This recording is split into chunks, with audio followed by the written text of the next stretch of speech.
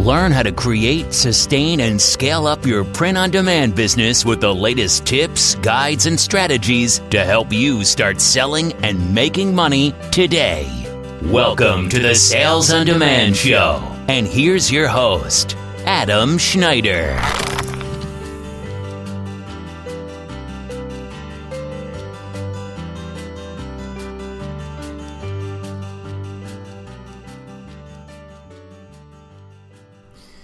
Hey everybody, welcome back. I hope you're all having a fantastic spring. I know that I am. You're listening to episode 61 of the Sales on Demand Show. Today I'm going to be telling you about a very hot new product. One that is so hot that I have not even added it to my store, but I will be soon. I will tell you more about that. Plus, we'll go over some customer service tips for Etsy and possibly some ideas for what to do if you're not making any sales. So, first, let me say, this season has been fantastic. I haven't seen a Mother's Day like this ever, really. It has been outstanding. It's been very busy for me. Personally, I've just been extraordinarily busy. I'm trying to do a lot, as I've alluded to before. Yesterday I went and I drove to one of my favorite places, the city I grew up in, and I volunteered sorting through donated clothes. They needed, they opened up a warehouse because of the pandemic, and they're accepting donations, so I just went down there and I spent a couple hours just sorting clothes into boxes and boxing them up so that people and agencies can come and find clothes for people that will help them, stay covered in clothing, I guess. It's a very much needed thing to do, guys. If you have some time in your life, and come on, who doesn't have a couple of hours a week? Get out there and do some volunteering.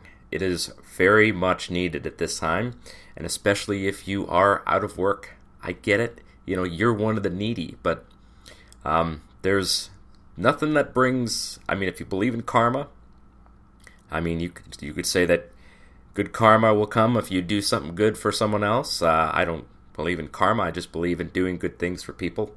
But, get out there and volunteer, do something, give money, whatever you can. So, first I'll say, there is a training course coming. Yes, I know that I talked about this last year. I never got the chance to actually make this. I have actually started recording the videos. I'm going to be covering everything I know about print on demand in one course, and it's all videos, and I've started making them already. I just started making videos about how to research and make customized products, so that's going to be part of that. If you want to see my whole process from beginning to end, it's going to be on that course, and it's all on video. You actually get to see one of my best-selling customizable products. You actually see what it is. I'm not hiding anything from you. I think that when people pay for a course, they should be, getting something that is extremely valuable. So I am providing that value. So keep an eye out for that. That will be coming, I'm hoping, 4 weeks from now. It does take a lot of time to record videos and edit them and put them up on a course, but hey, it's worth it. And you know what they say, I'm pretty motivated. So for me, I'm kind of tired. I just got out of my camper, which I slept in on our driveway. My son begged and begged and begged for us to be able to go out and sleep on the driveway. I think he is as eager as anybody is to get out and do some fun stuff. And of course, this is one of those fun things that he likes doing. He loves camping. He loves camping with me, which is great because I love camping with him. So we slept in the trailer, and it wasn't too cold, but I don't know. I just didn't get as good a sleep as I would have liked. So I'm just feeling a little run down today, but I will probably coffee my way out of this. I'm still working towards a 5 kilometer run. So that's part of my. I have some fitness goals in my life, and one of my fitness goals is to pass the beep test and run 5 kilometers, and hopefully do it in less than 40 minutes. We'll see. Still running the virtual race, so I'm trying to get a bunch of people together and raise money for the food bank in my local town here, so that we can have something fun to look forward to during this pandemic summer where literally everything is canceled. So now you probably wonder what's actually selling right now. Well, the Mother's Day peak on Etsy has kind of crested, and we're on sort of a downslope now. And of course, this is normal. This is completely normal. Okay, so if you're selling on Etsy only, you're not doing the volume that you were like a week ago. Last week was like the maximum number of sales that I saw in any one day. I was getting like 9 or 10 per day, and I mean, that's not even a lot. But for me, it takes a lot of time for me to make the orders and send them out, so that was fine. Totally okay with 9 or 10 orders a day. That's about what I can kind of handle. I could probably handle more, but I mean, not a ton more. So I'm reaching the max capacity of my personal time to fulfill orders. And of course, yes, a lot of those orders were customizable orders, so they take a little bit longer. But a lot of them were not. A lot of them were just, best-selling designs. And I had a lot of people, they're like, oh, I love this design, but can it say, instead of Papa, can it say nephew? So that is an easy one to do. I just changed the word Papa to nephew and then shipped the order.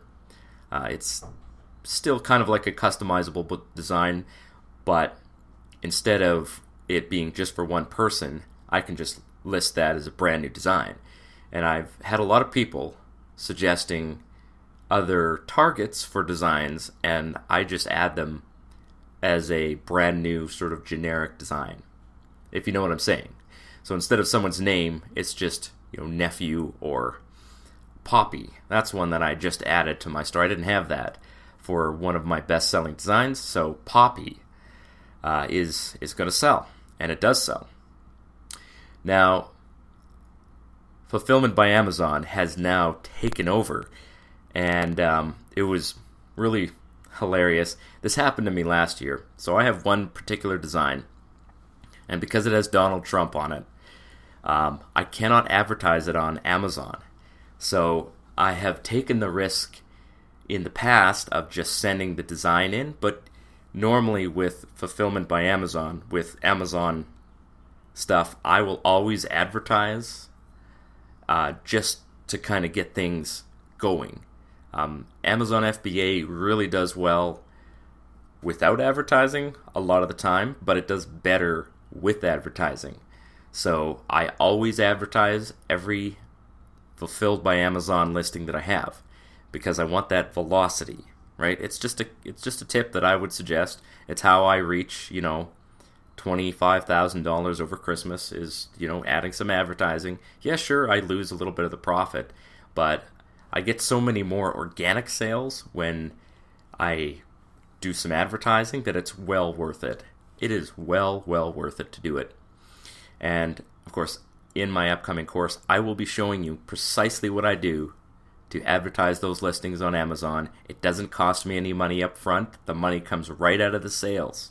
So you don't have to worry that, I don't have money to advertise on Amazon. You don't need money. You just advertise. Amazon takes a little bit of the money from your profit, and you keep the rest. So, Amazon FBA has been doing extremely well. That is very, very normal for holiday seasons, especially at Christmas time.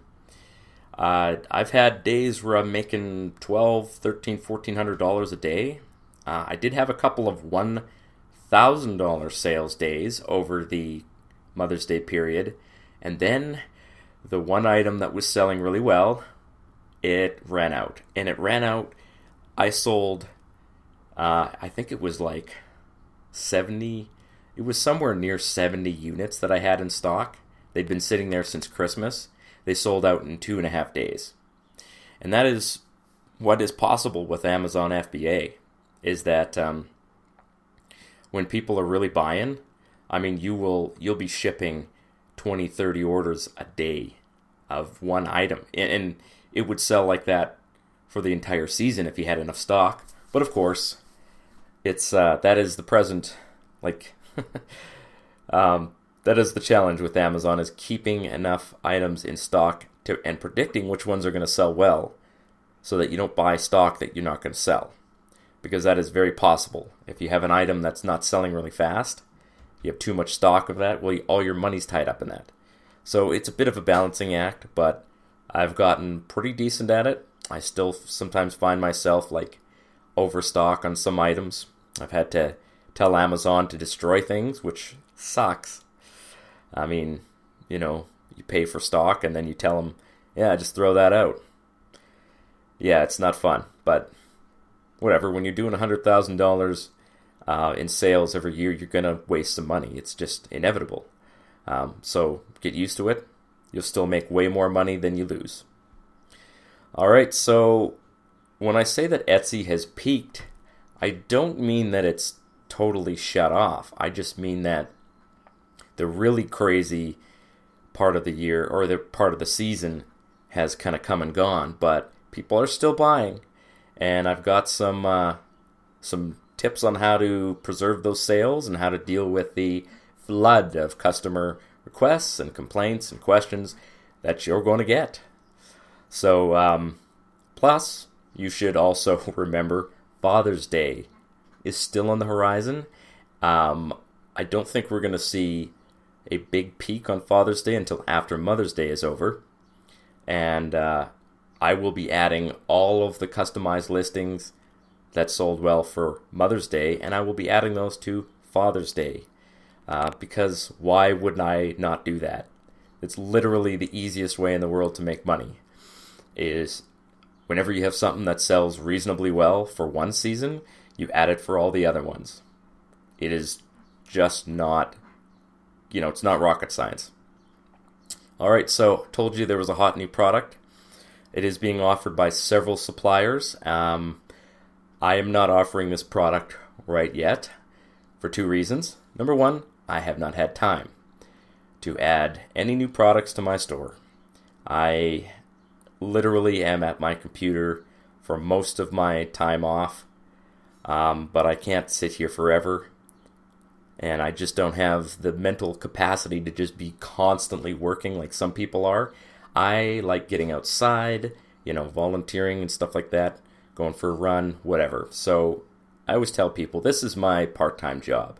So I'm just going to, I'm going to slowly add products and, I'll make the most of my time.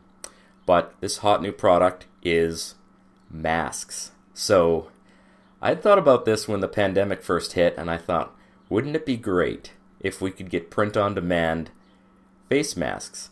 These are not medical masks, right? These are not, N95 quality masks. But there are states and places now, and I never thought I'd see this in my lifetime. I never fathomed anything like this could ever happen, but there are stores that will not even let you come in if you're not wearing a mask. And some people, they're going to debate on how effective a mask is. You know what? It has some effect. It's not a catch-all for stopping disease, but there's no question that putting something in front of your mouth stops spit particles from flying out of your mouth.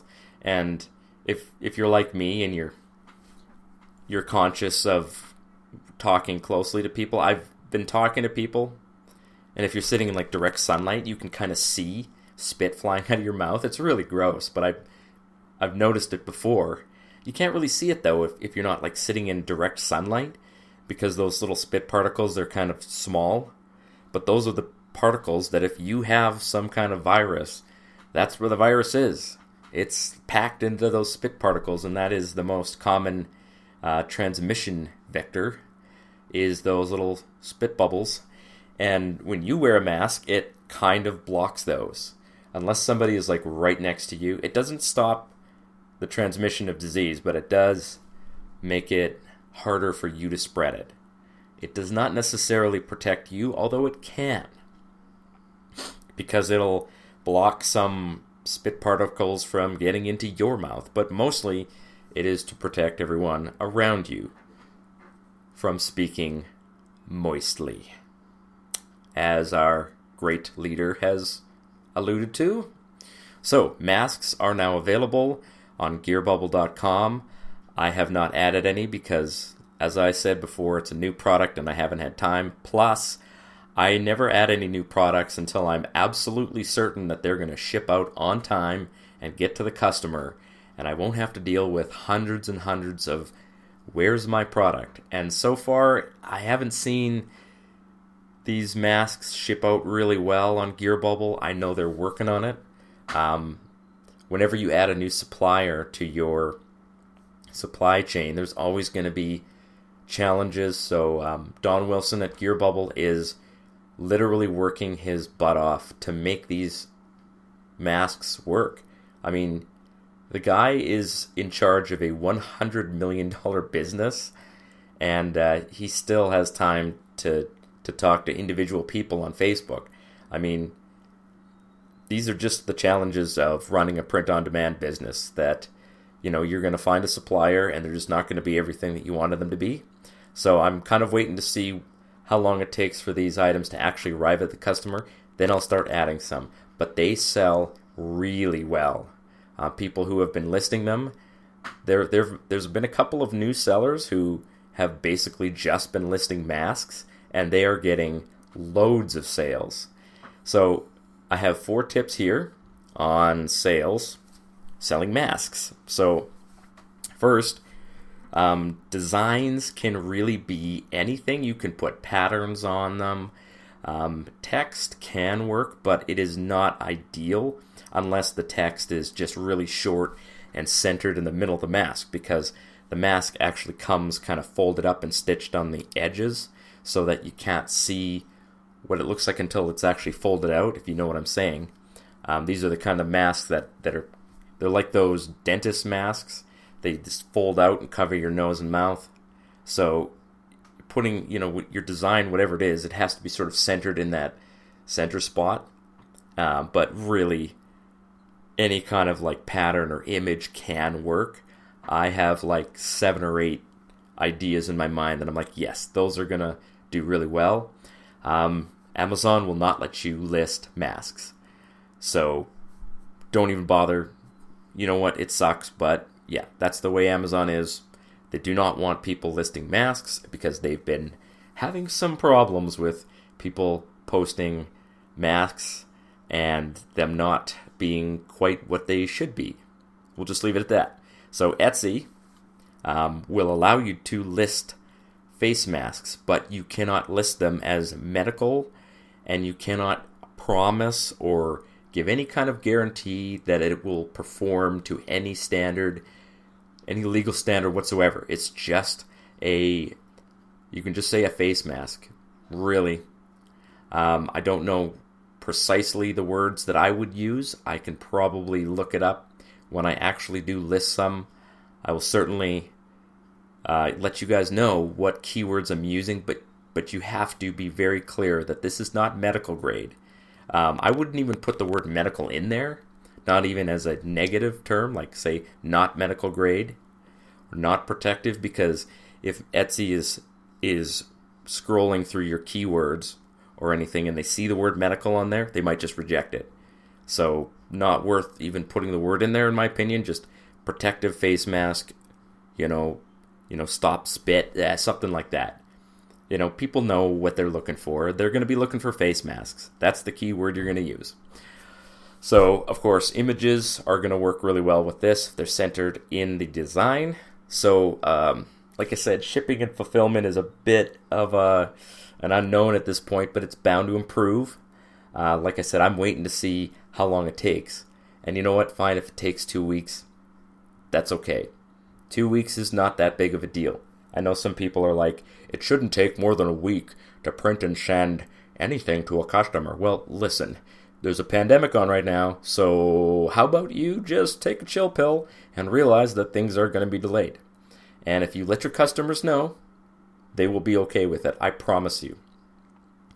So in terms of making mock-ups for masks, if you are currently selling masks and you're like, I need to make a mock-up for this mask, I have it on good authority that Redbubble, which is another print-on-demand site, if you create a listing, or if you create an account on redbubble.com and upload your design, it will give you a mock-up, which then you can download and then fulfill it with GearBubble. So that's a bit of a cheat code. You can also maybe fulfill it with Redbubble if that's possible. I don't know if Redbubble allows you to do manually fulfilled orders. That is the one thing I don't know. But let your customers know. Make it very clear to them that it's not going to be 2-day fulfillment. Let them know it's going to make 2 weeks to make and another week and a half to ship. It might take them a month to get their mask. Let them know, because if you promise them, 5 to 8 days, you're going to have a whole pile of very angry people. So just to let you know, the same goes for, other products too that do take a little longer. So things like black coffee mugs, travel mugs. Right now, t-shirts are taking longer. Everything's taking longer to make right now because it's very, very busy. That is normal during holiday seasons, and you need to let your customers know that if they order past such and such a date, you will not guarantee them to get it on time. I don't even promise on-time delivery unless we're like 3 weeks out from the holiday. If somebody orders a Mother's Day design 3 weeks from Mother's Day, and they say, is this going to get there on time? I say, probably it is. I don't say, I think, I guarantee it. I say, I believe it will, because I believe it will. But I'm not guaranteeing it. I am not, promising my firstborn children if this doesn't get there in time. I'm just saying, I believe it will.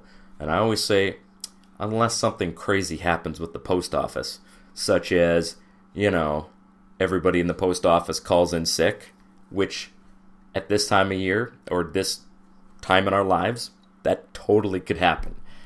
So that's just what I do. All right, so moving on to some customer service advice. So I've got four of the most common customer service messages that you're going to get at this time of year. Every holiday, you're going to get the same ones.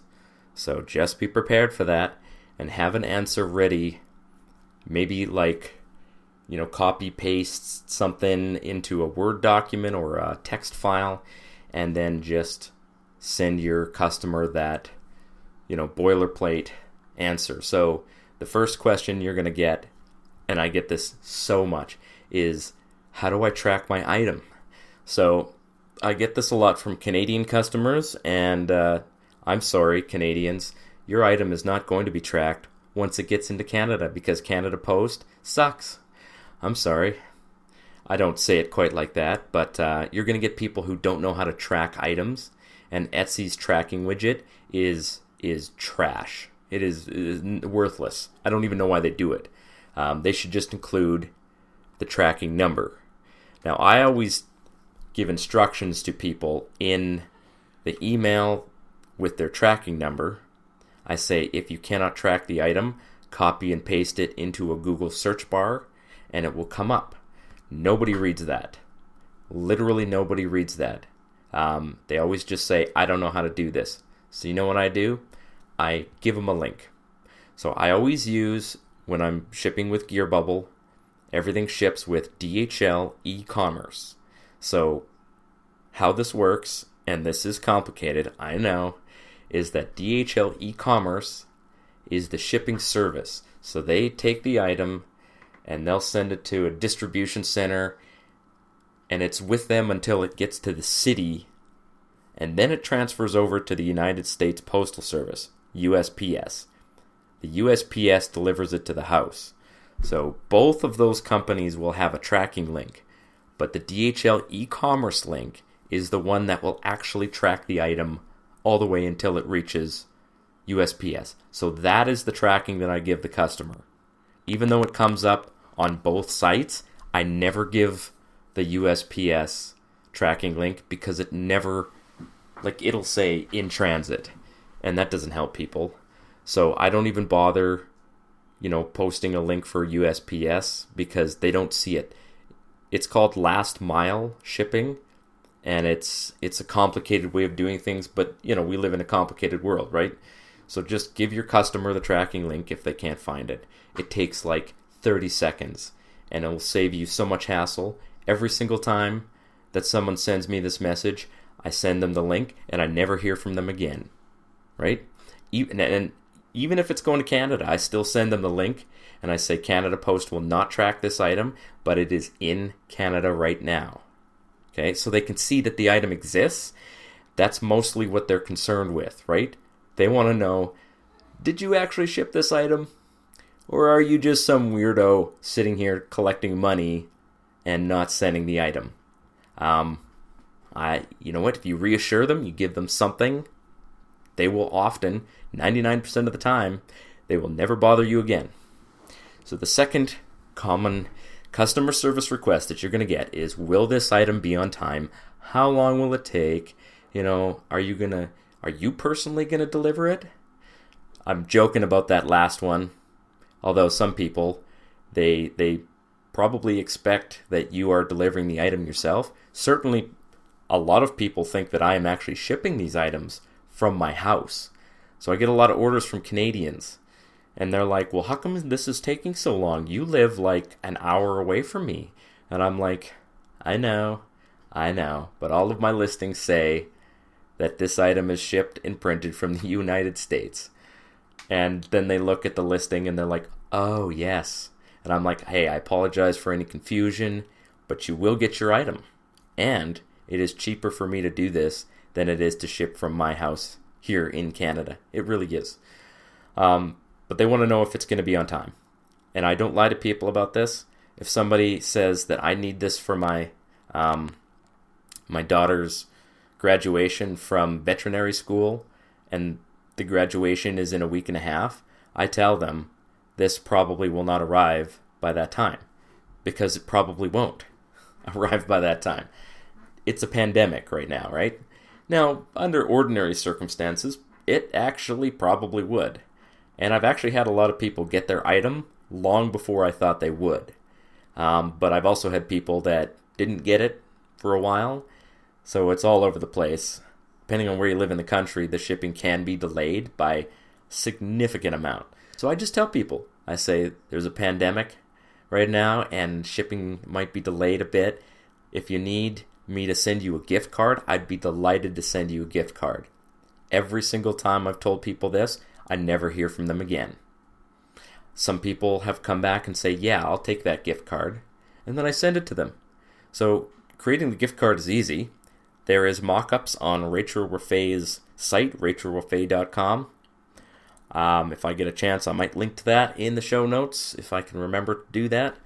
Otherwise, just go to Rachel Raffay, ROFE.com, and sign up to her email list. And she's got these, your order is on its way, little gift cards. So what you do is you take your main mock-up image and you just paste it in there on the white spot and then send it to them. So easy to do. Like, brain dead simple to do. I'm not saying you're brain dead if you can't do it. But, keep working at it. You'll figure it out. So that is how I deal with the timing of delivery requests. And if somebody asks me, if I order this today, will it make it on time? I always sort of demur and say, well, I hope so. But there's a chance it might not. Probably about 70% of the time, they order anyway, which blows my mind. Because, hey man, I've already told you this might not arrive in time. So if you order still, that basically gives me, an out if it doesn't arrive in time. You're already mentally prepared for this not to arrive in time. It's great. So the third thing that you're going to get is, please cancel this order. And you get this more so on Amazon than on Etsy. I've had a few people on Etsy who are like, hey, can I cancel this? I always cancel it unless the item is already shipped or it's probably going to ship that day or maybe the next day. Even though my policies say I don't accept cancellations, I accept cancellations because I just don't care. Like, whatever, if you don't want this item, I'm not going to force you to accept it. People appreciate that. And, for someone who's super busy and does a lot of volume, if you don't accept cancellations, I totally understand that because it is a bit fiddly to manage cancellations. You got to email your supplier and tell them, hey, this item's not needed anymore. Gear Bubble does accept cancellations, but sometimes they won't see the request right away, so it might end up getting shipped out anyway. That's why I say if it looks like it's going to ship, I don't accept cancellations. If you cancel within like a day or two, that's fine. On Amazon, you're going to get quite a few people who order and then they don't see what time it's supposed to ship out. And they're like, oh, this is supposed to arrive on July 3rd. And I'm like, well, it probably will get there far sooner than that. But if you want to cancel, I will cancel it. So I do. I get that quite a bit. But whatever, I'm still making very good money from the people who do want to order. So yeah, that's all I got to say about cancellations. I accept them. And I don't fight with people about why they want to cancel. If you don't want to cancel, you want to cancel your order, cool. I'll cancel it for you. Cheers. So the number 4 thing, and this might be the end of the podcast here. I promised. I got to get heading to work here. So you're going to get this. I'm sorry. It's going to happen. There's going to be broken mugs, and you're going to get people getting the wrong item. And you might think to yourself, well, how does the wrong item get to the customer? Well, look, print-on-demand companies, all of them, they're very busy during holiday seasons, so they hire people like temporary, right? So right now, and this is crazy, Don Wilson, the owner of Gear Bubble, has hired over 100 new people in the last 2 weeks, and he's still hiring people. So whenever you have, seasonal things like this, Amazon does the same thing. I mean, every shipping company is hiring people to work seasonally. And so you've got to train them, and then you fire them. Well, I don't fire them, but when the term ends, then they go back to whatever they were doing before. So basically you've got someone who has no idea maybe what print on demand even is. You're coming in, you've got to train them, you've got to get them at least functionally capable, and, I'll just be honest, you're probably going to get some people in there who really are not capable of doing the best job. So you're going to get mix-ups. It happens every season. It sucks. I get messages, last Christmas I had a few people are like, oh man, this was supposed to be a gift. And you know what, it really sucks? When it's a very special gift that someone orders. Let's say it's like my father-in-law. I've heard of this. It's like my father-in-law passed away and I was supposed to get this commemorative mug, and instead they get something that's like this. It's got swears on it or something, and you're just like, oh my gosh, oh, I'm so sorry. I'm so sorry. It just makes you feel like a total numpty. You know what, guys? It's going to happen, okay? Human beings make mistakes, and it doesn't matter how good your processes are. People are just, when you're working fast, you're just going to make mistakes. And so you've got to have a little bit of grace for the suppliers, and you've got to let your customers know that you will make this right. So this is what I do. Okay, for both broken items and the wrong item was sent, I immediately refund their order. I don't cancel it. I refund the order, and I say, I will get this item to you as fast as I can. The correct item. You can do what you want with the one that you got. I say, can you please send me a picture of what you got? Because it'll help me figure out where things went wrong. So I take that picture, I send it to Gear Bubble, and I say, this person got this item. Can you please send them the correct one? And they'll do it. Sometimes I just send the correct one, and I pay for it myself. Okay? Now, I know you're going to say, well, it's not your mistake. It is my mistake, okay? I am the owner of the business. I am the face of this business.